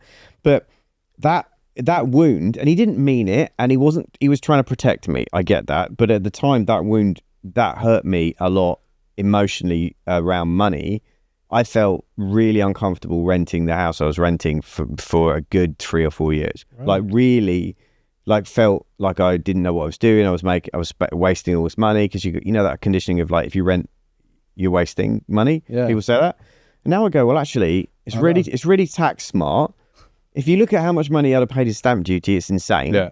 And I'm like, by the way, now that my son is 19 and wants to go off and do whatever, like we don't need the same house we're in now. But if we wanted to get out, if we chose to get out of it and go somewhere else and travel, we're not trying to sell a really illiquid asset at a hard. It's like I'm going, oh, actually, that's freedom, isn't it? That's freedom. And I've done studies. I mean, I did a documentary on my YouTube channel where I went down the high street and I went into banks, I went into estate agents. Really? I asked people in the high street what was better, renting or buying. Seriously? On your YouTube channel? Yeah. Oh, we'll link to that below. It was about 8 years ago. And the whole point of the video was to show that there are costs of living in a home. Right. You know, no matter what way. Right. You either buy it cash, and then you've got the opportunity cost because all the cash is gone. True. You're not earning any money on the thing. Yeah. There's renting, where you're potentially paying rent to someone and you're paying their capital gains, I guess. But then there's buying, which is a amortization schedule of a mortgage, which is you're going to pay three times the amount of money for the house once the mortgage. They schedule the amortization schedule so that after 7 or 8 years, you start paying the principal back, because they know every 7 or 8 years everyone moves and starts the whole thing again, right? So it all comes down to, I actually proved in that video that renting was the most efficient way to live and give you the most freedom. But I think for entrepreneurs it's brilliant, by the way. Definitely. But it all comes down to what you value. You know, do you want a home to raise a family? Is that really important to you? But there's a difference. Can I just jump in? Because I think there's a difference in the language here. And this is when I got the shift, right? Like I said to Sue, this is our home. It's not our house. We don't own it, but it's our home. We live in it. We love it. I love where I live. My landlord's amazing. They couldn't do enough for us. They're incredible. Until such time as it doesn't suit our values, then we'll stay and love being there, right? And I'm eternally grateful for everything they've done for us. They regularly update the house. They just cleaned the whole roof off of moss that had been there 30 years because we said, can you do something? And they just did it. You know, they just look after us as clients, right? Like treat me like I would want to be treated. That's rare and from landlords as well. But there's a manifestation story about this if you want to know, if you want, right? Because we'd been kicked out of the previous house by a landlord who just decided that he didn't like having somebody who was an entrepreneur in his business, or because we had too many. What it was I haven't told this story anywhere, but we had too many people coming to the house, and the neighbors started complaining. Right. Because people were coming, because I worked from home, so they would come for meetings. My team was coming to the house, all that stuff, right? And we'd have deliveries, obviously, of stuff for events all the time. And the neighbors started complaining to the landlords. Right. So I remember this vividly. It was like November, I think it was, it was October the 31st or something. And it was 5 o'clock and it was dark. And this person crept up the drive with an envelope, pushed it through the door and ran away. And I looked at Sue because I was looking out the window and I went, that was weird. Go and get the letter. Go and got the letter. And it was it was an eviction notice of 30 days. Okay, so first of all, you go through the whole, and you get really, I did anger massively for at least 8 hours of like, all this kind of stuff. And then you go to your point, good in the bad and the good. I was like, look, let's be honest, this isn't the ideal house for us. This isn't what we really want. This on some level, but it's the run it to Christmas. Like, yeah. And I was like, right, we got two choices here. This, we can either believe in the manifestation stuff or we don't. So because we've got we need to tap that energy, right? Yeah. So we wrote this 2 or 3 page list of everything we wanted in the house that we wanted to attract and find. Yeah. And then I said, but the missing bit we didn't do last time is we didn't write down what kind of landlord do we want to rent off. So we wrote this, it was a 1-page A4 brief of the kind of person we wanted to rent off. They're really friendly, they're lovely, they care about us as people, they invest in the property on a regular basis, they see us because that's their product, they see us as a valuable asset, They're lovely to chat to. Nothing is too much trouble. We wrote this like it was a whole side of A4 on this the kind of people we wanted to rent off. Not just the house, but the kind of person we wanted. Yeah. They have it as a business, so it's not a private landlord, which the one we were in was a private landlord. Right. So they didn't understand. Like, by the way, I didn't understand what being a tenant was at that point. I was a terrible tenant. Let's be fair, I was not good, right? Like, but they didn't understand. It was their home. Whereas now the one we're in is their business, so it's a different thing, right? But we did this. We wrote this exact, like the house on one side of the A4 and a second piece of A4 with the exact kind of people that we wanted to rent from. And then when we found the house, like 2 weeks later, Sue dragged me to see this house, and I remember driving in the drive and seeing it and going, "Oh my God, we can never afford this." And that was the first thing I said out loud. And then I went, "Hang on a second, how could we afford this?" Change the question, right? And we met with them in the kitchen, stood in the kitchen, and I made them an offer and said, "Look, if we move in 2 weeks," and it had been empty for a couple of months because a corporate had moved out. I said, "We move in 2 weeks, reduce the rent for the first year by this much or whatever, we'll absolutely we're in 2 weeks." And they just looked at us and went, "We want a family in here. What we've wanted in here is a stable family. We don't want corporate lets because that's really uncomfortable. What we want is stability of a family." And Sue had it was a year after Sue had come out of hospital with her brain injury. And we were like, "Look, we just want a home. We want a home. We want somewhere we can settle and somewhere we can build a family and Sue can recover." And they just loved that story. And I said, "Look, but we need to run a business from here.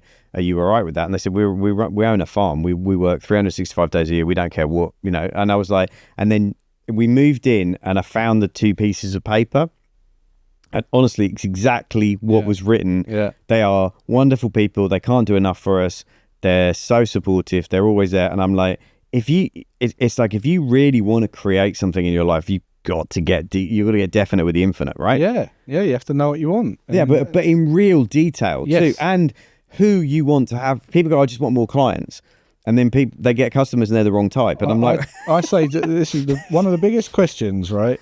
That I face is, I say, why do you want to do this?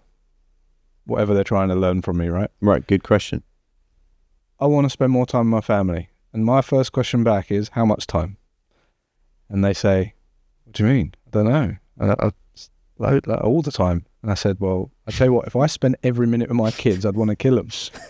I said, "That is not realistic." I said, "But you haven't thought about it to that level." And what that means is, why that's really important is, if I just granted your wish, and I said, "There you go. Yeah, you got all the time. You got to stay in that room with them all day, Monday." COVID proved that that's not a good strategy for a lot of people, right? But what's worse is, if you do suddenly manifest that goal, you will start to develop guilt because you don't want to be with them, because you haven't given yourself the time to actually know the numbers. It's like, now you're going to sit there and go, "I thought I wanted this, but I don't," and I must be a bad person. That's really interesting. I'm starting to feel guilt because I don't want to be around my kids. Do people have that when they start making money really quickly? They do it in the lottery winners. Right. They get it, and now they don't feel worthy of having it, so now they try and repel it by trying to buy acceptance from everyone. So they're thinking about how they can get rid of it quickly, a bit like the people on the estate, before they've even got it, and then it's gone because they haven't sat down and said,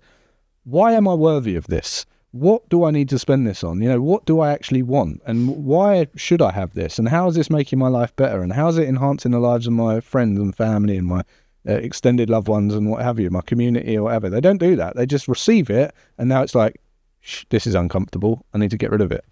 And I've seen that with business owners who sell their business for millions and then end up feeling really guilty about it. Yeah.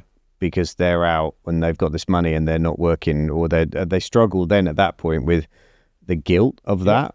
And all of the staff are still working. Like, stuck here. Yeah. And I've seen people really suffer with that kind of guilt. So let's talk about the freedom stuff for a second, because obviously the book's coming out. The book is coming out on the 24th. We'll drop a link below because the podcast will be out around that time. So we'll drop a link where people can get hold of it. Firstly, why did you write the book? I wrote the book for a couple of reasons. One, to just empty my brain of everything that was in my brain, right? So it's kind of an altruistic gift of, this is the stuff that's in my head, and also it helps me because now it's in that book. I don't have to store it in my head anymore. I felt like it's there you go. I don't have to cling on to that information anymore. So. And who is the book ideally targeted for? Who's it for? Who's a perfect reader for you? Okay. Everyone wants freedom. I think a lot of people think that you want to be rich. You don't want to be rich. You want freedom. Yeah. And that is being free in mind, movement, and money. How you spend it, knowing who you are, doing actions that align with who you truly are, that fulfill you the most, and then having the choice to navigate this earth how you want. That's basically what 3 M's. Yeah. That's what everyone wants, right? So you could argue everyone, but the most common is 35 plus. Okay. Who have they're earning a bit more money, but they've realized that actually there is a trade-off here, because the amount of money I can earn isn't linear to the amount of pressure and responsibility that I'll have. Right. So therefore there's this, I know that I don't want to go for that. Take an accountant or a people that work in the NHS, like doctors. I get a lot of those, and you go to 80 grand and you're all right. When you push from 80 grand to 100 grand, that's a 20 grand difference, right? Linear in wages, but the exponential pressure and responsibility isn't worth it. So now they're like, I'd rather have less money and more freedom, right? So normally about 35 plus, that's where they've worked their way into the business. They're climbing the rungs, or they've realized that doing that degree that mum wanted them to do probably isn't serving them well, but they've got a bit of disposable income. Now's the time that they're trying to make some decisions, kind of reverse engineer their life back to freedom. And the book will lay out strategies for you to master your mind, movement, and money. And that's really it. It'll give you how to become financially free to actually live an inspired life rather than a treadmill. Well, right, yeah, I think a lot of people do feel like they're on the treadmill right now. That's it. I think a lot of people feel like they can't afford to get on the housing ladder if they want to do that. They just feel trapped, right? Mm-hmm. I think it's a real sense at the moment of people feel like the game isn't winnable. Yep. I think there's a massive, and it doesn't seem to matter how much money you make, it's still not winnable, right? Yeah, but that's because of one, they're chasing something that possibly isn't important to them. Yeah. In the first place.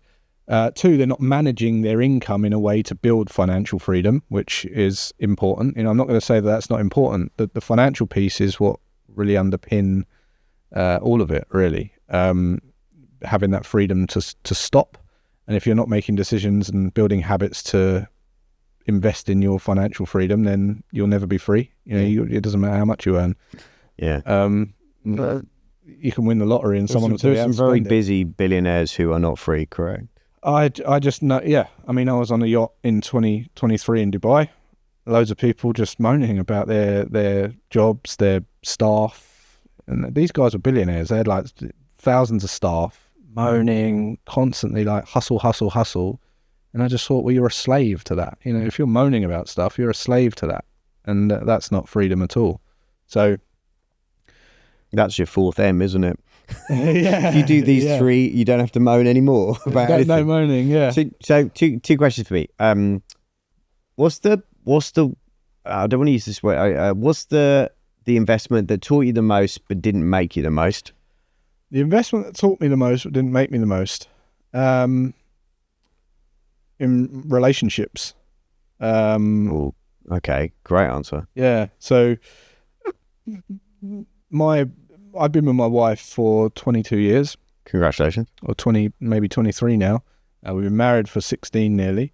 And we're opposites of each other. And I think that's a very, very good thing. And I think from whenever you have kids, you got 2 siblings or you got a sibling, they'll be opposites from each other. And from an evolutional standpoint, we are bred in this family dynamic to diversify and spread so that we've got the best chance of survival in diverse situations. Yeah. And when people try and find people that have got so much in common with and all this kind of thing, I think it's a bit weird, because you're actually trying to fulfill your values, and you'll work best with someone who's trying to fulfill their values, but you complement each other's. So I'll look after this, you look after that, and together we're a stronger unit, right? And understanding why we're different and loving why we're different is what's allowed us to be really strong with our kids, allow me to build businesses and achieve financial freedom anyway, and allow her to have what she wants more of and give me what I want more of. And I think understanding your relationships with your closest people is probably going to be the best. But you said, does that not give you the, not give you the best return? It does give you return, but not financial in that way, right? Or maybe it does. Maybe it has. Maybe that has. So maybe that's the wrong answer, but no, but I think it's a really interesting perspective. Intangibly, intangible. It's given me the biggest return, but it's been the best investment. Just understanding, having that unit, because that's the balance, that's the stableness, that allows me to remain calm. If you go home to a hectic house or you've got people screaming around you, it's not. You're not going to build anything. It's not right energy, though, is it? It's not. But I also think you have to be, and this is something Sue and I are working on, and I know she watches the podcast, so I'm going to be careful what I say next. But about owning our own lanes and then being okay letting go of stuff. Yep. And going like, okay, I'll go do this. I'll go, build a business, do this stuff, kill, hunt, whatever. You want to look after the family. You enjoy that, and that's high value too. Yeah, it's still valuable. It's massively valuable. Like I couldn't do my life without Sue running the house. No, I could not do it. No, I would. It would be a mess if I was responsible for all that stuff. Because I know when she was in hospital for 3 months and started 4 or 5 months or whatever it was in the coma, I was a mess at home. It was chaos. Right, me running the house was chaotic. Right, I'm pretty sure Jonathan didn't get fed for a couple of days, but so it's like you do need that yin and the yang, right? You need the yin and yang, but you also need to be able to analyze that and appreciate it. So, for example, like they love the home, right? So my wife's the same, love the home, right? My kids are now old; they don't need her as much. So now, what will happen to her purpose and fulfillment will go down. Yeah. She'll then seek that elsewhere. Now she wants to get out and do stuff, right? So people look at us and they go, you haven't had to work like your whole life, and Jason, hasn't had to work, and now you want to go and get a job. It's crazy, but it's not crazy because she's now fulfilling a value that's a void that's there. Yeah. As a result of being that nurturing mum that's now got not a lot to do. So now she still needs to serve her values, right? Right. Which is always changing. So now she wants to go and get a job. She wants to go and look for work and do things, right? So it's a fantasy to think that you'll just one day be sat at home doing nothing and be happy doing that for the rest of your life. That is not the goal. The goal is to have no goals. The goal is just to choose how you spend your time and is to have freedom. Exactly. Isn't it? The goal is to have, I think you said it very well at the beginning. I just thought, I like the way you've said it around. The goal is to have the freedom to create. And choose. Whether it's, create more relationships, create more product, create more memories. I think the goal is to have the freedom to create. Yeah. Whatever it is for you, right? Product, business, art. Yeah, animals, whatever. Mountaineering. Whatever. Yeah, it doesn't matter, does it? Yeah. Where it's like whatever it is, it will create memories, whatever it is that you want to create. And if we're constantly stuck on the hamster wheel of having to make enough money to cover, if we're on that, we can't create anything. No, you can't create when you're in that space. Exactly.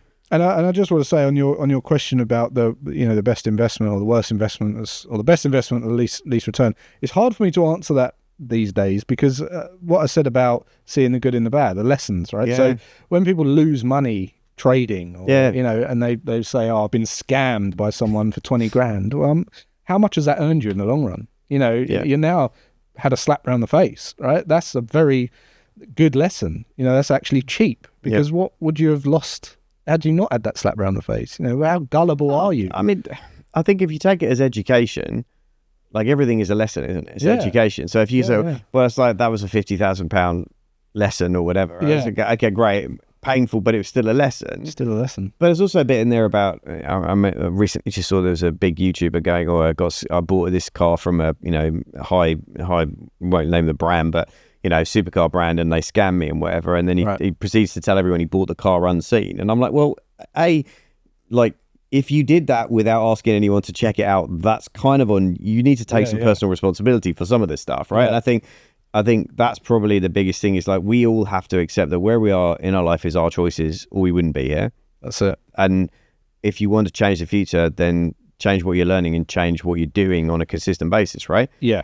That's a great point. I mean, a lot of people, I see it as this, like, you got you got a man here, and there's like all these decisions you make through your life, and you're here somewhere now, right? But you thought you'd be here. Yes. So why are you there? Yes. Right? And it's because you've listened to advice that doesn't suit your values, and you've made decisions based on what isn't suited to you, truly. To you, yeah. Like learning in a manual car instead of an automatic, right?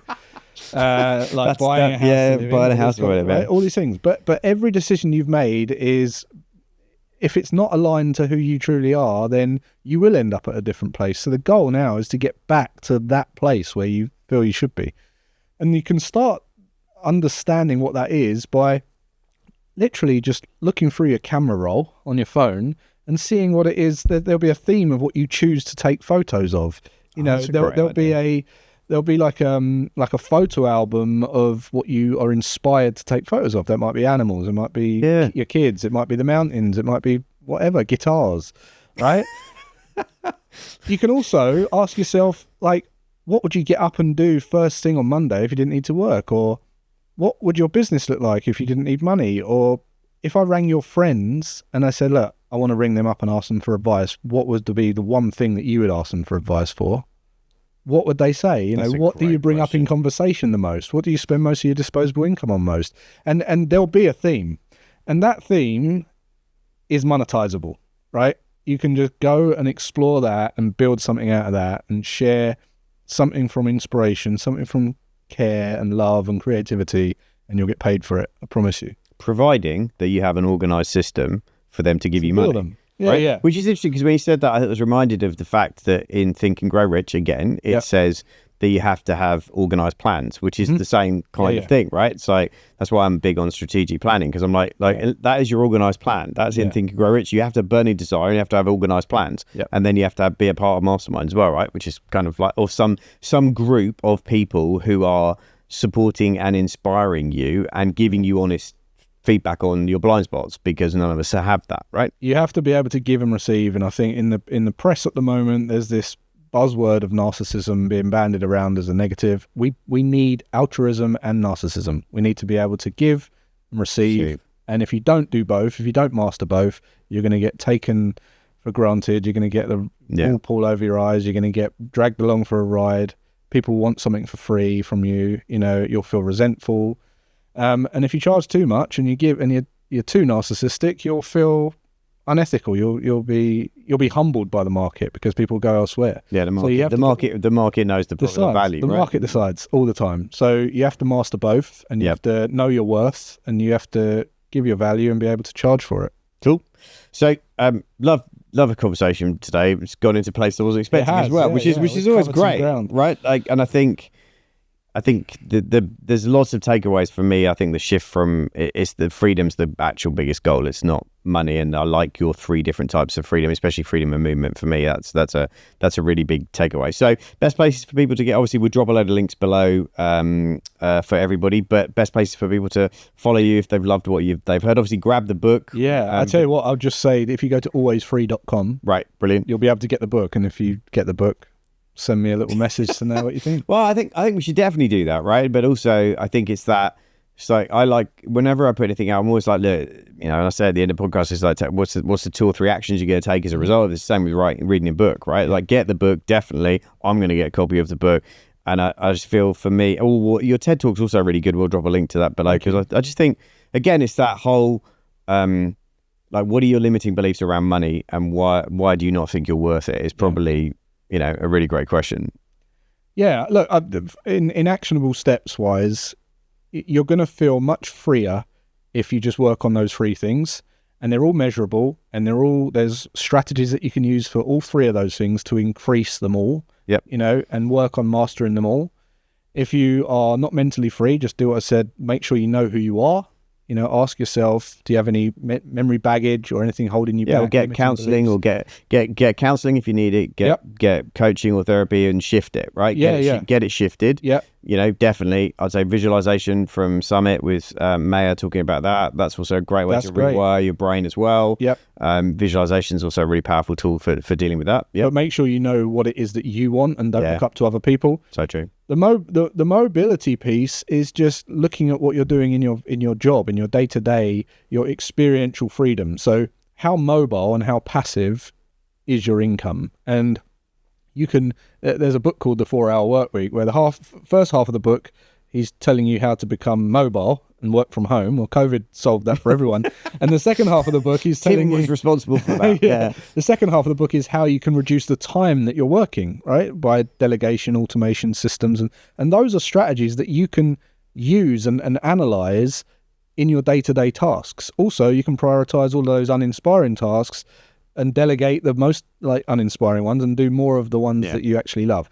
So that's measurable and improvable. And then the financial freedom is like adding up how much time you can buy into the future. And if it's, I recommend that you make a priority of building up a 6 to 12 month buffer of cash, and you'll watch your brain come alive. You'll start to... But also reduces stress, doesn't it? Because, if you've got at least 3 to 6 months and something goes wrong, you're not panicking. And I think, I say to all the clients I coach, we want to have 3 to 6 months worth of working capital at all times. Yeah. Because if something goes wrong, we've got 3 to 6 months to fix it. You can fix anything in that time. But what we can't do is if you've got 1 month's worth of working capital and we've got to make some significant pivots in the business, it's very hard to do that under the pressure of if this doesn't work, we're out. Exactly. And that I think constantly making sure that you don't end up in that situation is a goal. Yeah. Cool. Final question for me, final question, or 2, and then we have a special announcement because we are going to announce something on the podcast, right? Okay. We're going to do it. So before we make the announcement, stay tuned, it's worth it. What's your definition of a grown-up business? A grown-up business is someone who takes responsibility of knowing the numbers, is a leader, and is taking the business seriously. Someone who's, taking responsibility and driving it forward as a result of their own values and I think the important thing for me, the takeaway from the conversation, is the importance of values across every bit. And some relationships break down is because values have shifted. That for me was a big takeaway for me. Oh right. That's cool.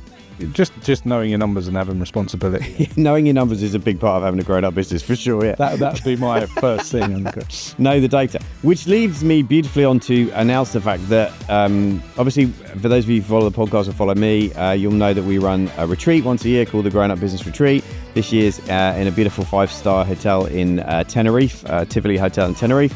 And every year we take 65 entrepreneurs. I think we've got 18 places left at the time of recording this, away for 4 days and work on them and their limiting beliefs, their mindsets, their vision, their values, and then we spend a couple of days really kind of like supercharging their business in terms of revenue, sales, profits and stuff. And basically the idea is in 4 days we save you 4 years of your life. That's the promise of the event. And super excited to announce that for the first time ever, you're going to come and be a part of the coaching team on this year's retreat. It's amazing. Super exciting, man, to have you. Great. You were such a hit at Summit. Everyone loved it. I just can't wait to have your knowledge and wisdom on tap for people, and I'm sure it's going to be a pivotal. There'll be many a pivotal conversation had over a drink in the bar or in one of the 4 different pools that this hotel has. Wow. I think you'll enjoy those. Can't wait. Thank you very much. So I'm looking forward to hanging out with you and spending some time with you. And best of luck on the book launch. We'll drop a link below to everyone. Make sure you go grab the book right now. Jason Graystone, thanks for being on the Grown Up Business Podcast. Thanks for having us. It's been great. That concludes this episode of the Grown Up Business Podcast. I hope that got you fired up and ready to grow. The key thing, though, is to remember you get paid on what you get done. So write down the top 3 actions from this show and make sure that you implement those in the next 72 hours. Hey, and while you're at it, make sure you click the links and the resources below this episode to claim free growth resources to help you build the business you desire and deserve. I'll see you on the next episode.